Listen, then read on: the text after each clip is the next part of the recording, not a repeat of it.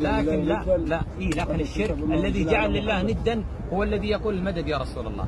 ليش؟ لأن الحبيب محمد عليه الصلاة والسلام وعلى آله وصحبه أجمعين كان على هذه الأرض التي تقف عليها يربط على بطنه حجرين من الجوع، وكان يقول من يكرم ضيفي وله الجنة.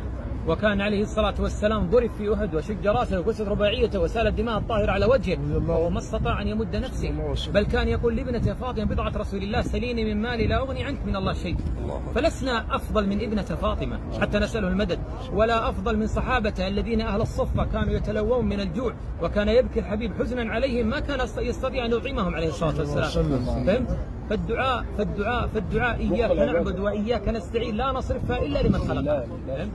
ما مسألة الذي يقول اللهم إني أسألك بحق فلان وجاه فلان، هذا ما الدعاء هذا خاطئ، لكن لا يوصل صاحب إلى الشرك، لكنه خاطئ. ليش؟ لأن الله تقول السلام عليك يا رسول الله ورحمة الله وبركاته، نعم، وتصلي وتسلم على الحبيب من أفضل الذكر اللهم صل على محمد وآل محمد كما صليت على إبراهيم وعلى آل إبراهيم إنك حميد مجيد.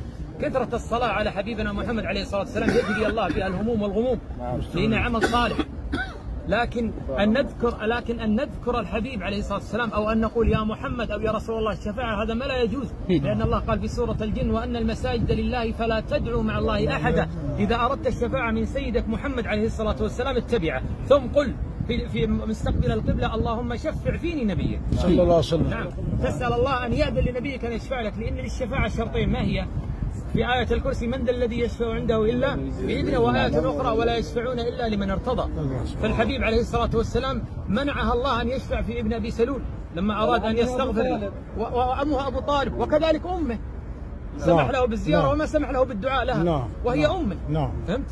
ليس أمر من خلاف من رواه في الجنة أم في النار. قبر من هذا؟ لو كان هناك خلاف لما قال الحبيب لسعد بن أبي وقاص ارمي فداك أبي وأمي يا رسول الله.